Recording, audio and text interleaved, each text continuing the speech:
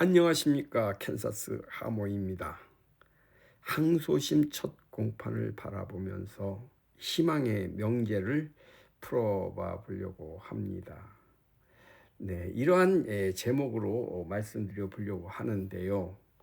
네, 그렇습니다. 연일 이곳 미국에서는 트럼프 대통령의 광폭 행보가 동맹국조차도 거침없이 난감하게 만드는 정치적 기술에 모두들 어안벙벙하고 있습니다. 네, 지금도 팔레스타인의 가자지구 이스라엘과 붙어 있지 않습니까? 이스라엘은 그 한가운데 있고 동쪽, 서쪽에 있는데 팔레스타인 지구가 서쪽에 있는 서안 지구라고 하지요.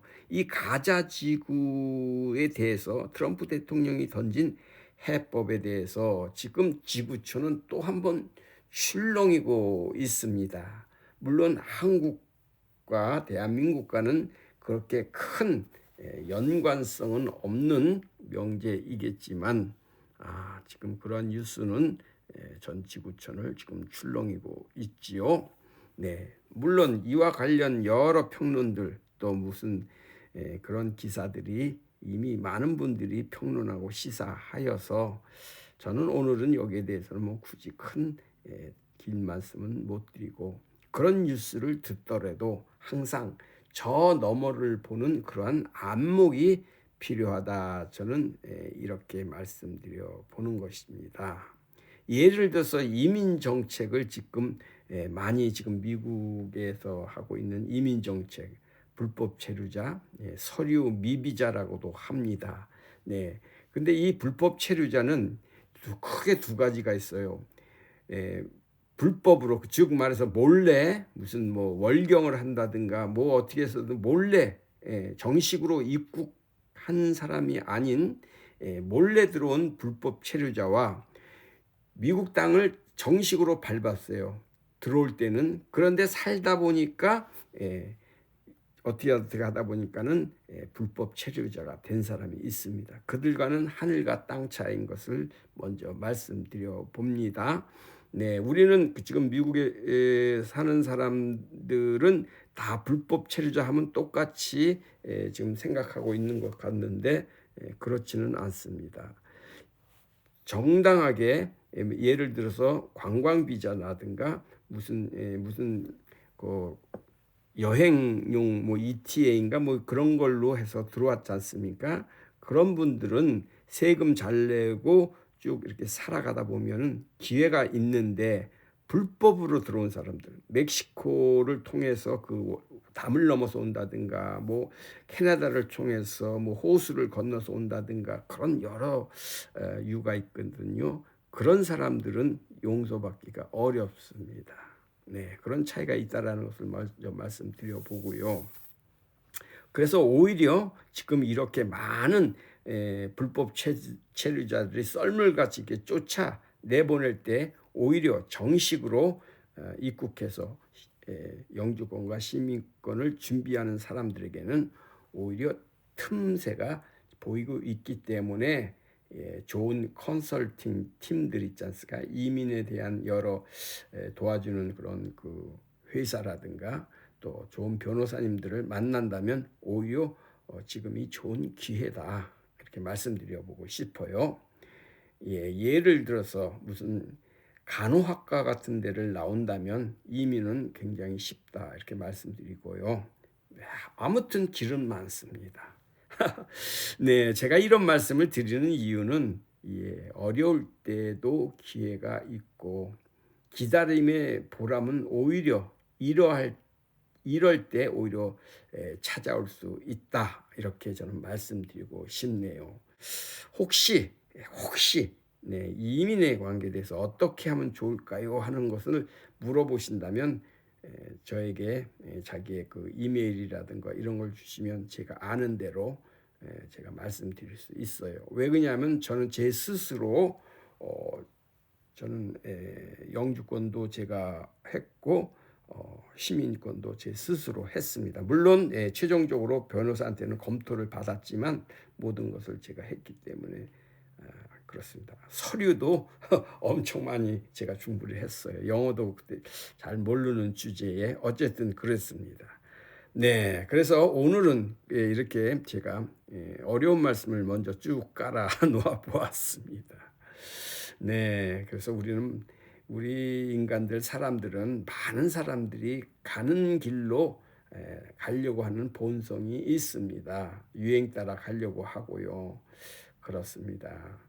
그러나 그 유행 따라 가다가 보면은 결국에는 실망할 확률이 많습니다. 그러나 좁은 길, 진리의 길을 소신껏 찾아간다면 나중에는 그 결말이 쨍 하고 해 뜰 날이 온다. 이렇게 그런 명제를 말씀드리면서 우리 아티스트 김호중 항소심 첫 공판이 이제 며칠 안 남았지 않습니까? 그런데 여기에 희망의 보따리가 있다라는 것을 한번 말씀드려 보려고 제가 이렇게 길게 설명을 했습니다. 네, 그럼 희망의 보따리, 희망의 명제를 한번 풀어 보겠습니다. 네, 첫 번째로 집행유예의 조건에 부합하는 요소들이 많이 있습니다.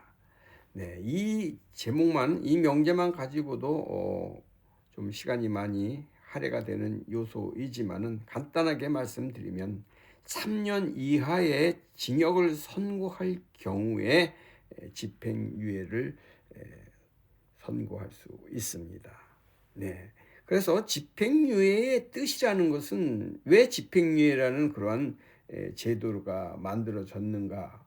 그냥 간단하게 말씀드리면 표면적으로 피고인의 잘못을 반성의 시간을 주고 사회적 적응의 기회를 주고자 하는 제도가 집행유예의 제도입니다. 즉 반성의 시간을 수감을 하면서 그곳에서 하느냐 나와서 하느냐 장소적으로 반성의 그 장소를 어디 곳에서 하느냐 똑같이 반성을 하고 뉘우치고 형을 주지만 이렇게 사람들에게는 초범일 때에 또 동종 정가가 없을 때에 또 여러 조건 중에서 피해자와 합의가 있었을 때라든가 처벌을 피해자가 원치 않는다라든가 여러 조건이 있습니다. 이러한 조건이 맞는다면 굳이 수감 생활을 하면서 반성하는 그런 것보다는 오히려 사회에 나가서 적응하고 국가와 사회에 보탬이 되는 사람으로 살도록 하는 것이 낫겠다 하는 것이 집행유예이지 않습니까? 그렇기 때문에 먼저 집행유예의 조건에는 부합된다 이렇게 말씀드리고 싶네요. 네, 그리고 두 번째로 오랜 수감 생활을 지금 해오고 있습니다. 네, 지금 보면은 자 보십시오. 5월 달에부터 시작해서 5, 6, 7, 8, 9, 10, 11, 12, 1, 2, 3. 네. 빨라야 3월 달에 이제 항소심 선고가 나오니 1년 이제 거의 다 되는 거 아니겠습니까? 네, 그렇습니다. 그래서 오랜 수감 생활로 그가 행했던 잘못에 어느 정도 상응하는 벌을 지금 받았고 이제 앞으로도 이제 몇 개월을 이제 선고 날짜까지 항소심 선고 날짜까지는 더 있어야 되니까 받을 것이다 이러한 것이죠. 이러한 수감 생활로 인하여서 반성과 뉘우침의 시간은 충분히 하고 있었고 했다 이렇게 볼 수 있다라는 것이죠. 이것이 집행유예의 조건에 크게 들어갈 것이다. 저는 이렇게 생각합니다. 그리고 건강 상태가 수감 생활하기에는 녹록지 않을 것입니다. 그를 육체적, 정신적으로 구금 상태로 있어야 하는 것보다는 법의 집행의 범위 안에서 얼마든지 집행유예로 가름을 해서 대법원 양형 기준과 집행유예 표준에 지금 부합되기 때문에 집행유예로 가름해도 충분할 것이다. 이렇게 생각되어지는 것이죠. 네 번째로 사회적 국가적 공헌도와 개인의 장래를 살펴볼 때 수감 생활보다는 집행유예가 실익이 더 크다라는 것이죠. 개인으로 봤을 때나 사회적으로 봤을 때나 국가적으로 봤을 때 어느 것이 더 실익이 큰가 이렇게 따져 보았을 때도 수감 생활을 지금 시키는 것보다 집행유예가 그 실익이 크다 이렇게 보여지는 것입니다. 그 예로는 그가 보여준 음악적 재능과 그의 선한 영향력에 힘입어 많은 사람들이 힐링을 받고 있는 것 아닙니까? 얼마나 김호중 아티스트가 사회와 국가에 귀감이 되었었는지를 살펴본다면 제가 말한 것도 이해가 되지 않을까요? 네, 그는 한순간의 잘못으로 정말로 어떻게 보면 큰 잘못을 했어요. 거기에 따른 책임과 거기에 따른 법적 책임을 달게 받아야 됩니다. 그래서 지금까지의 수감 생활과 앞으로 집행유예라는 그러한 형을 설능고로 받는다면 집행유예 기간에도 얼마든지 나와서 반성과 뉘우침을 행하면서 생활할 수 있고 사회에 적응하면서 또 사회에 봉사하는 그런 기회와 또 반성의 시간을 갖게 할 수 있다. 이렇게 말씀드릴 수 있겠습니다. 네, 또 대등 재판부로 지금 항소심에 넘어왔습니다. 그러니까 3인의 부장 판사님들로 구성되어 있죠. 네, 부장 판사님급이시니까 연륜과 법의 이해와 적용이 1심 단독 재판부에 있는 그 판사님보다는 훨씬 이렇게 앞서 있을 것입니다. 그러다 보니 보는 시각과 이해의 정도, 이런 것도 많이 다를 것입니다. 그래서 외부의 여론이라든가 선입견이라든가 이런 것은 배제해서 선고가 내려질 것이 아닌가 그렇습니다. 과연 장소를 바꾸어서 그가 자기의 잘못을 반성을 할 수 있도록 이 대등 재판부에서는 그렇게 볼 수 있는 지혜가 있을 것이다. 캔사스 하면은 이렇게 내다보는 것이죠. 또 이 이외에도 지금 변호인단 같은 그 라인업이 잘 짜여져 있지 않습니까? 네, 그래서 그분들의 그 경력과 그분들의 지혜로 이런 것이 잘 이루어질 수 있을 것입니다. 네, 그리고 많은 탄원서와 팬들의 열화와 같은 그 지지와 관심, 응원, 그리고 사회적으로 선한 기부 행위 등을 했다라는 것이 항소심 재판부 판사님들의 마음을 흔들었을 것이다. 캔사스 하면은 이렇게 생각해 보았습니다.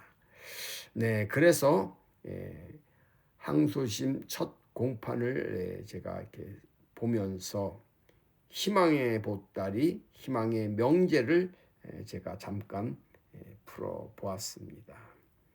네, 앞으로도 우리 김호중 가수의 이 수감 생활을 벗어나서도 이 집행유예라는 기간이 이제 따라 붙지 않습니까? 이때에 더욱더 예전보다 더 아름답고 멋진 그리고 더 큰 힐링하는 정말로 국민적 가수로서 활동할 수 있는 기회가 빨리 이루어지기를 진심으로 바라면서 오늘의 영상을 마치도록 하겠습니다. 네, 캔사스 하모였습니다. 안녕히 계십시오. 건강하시고 평강하십시오. 감사합니다.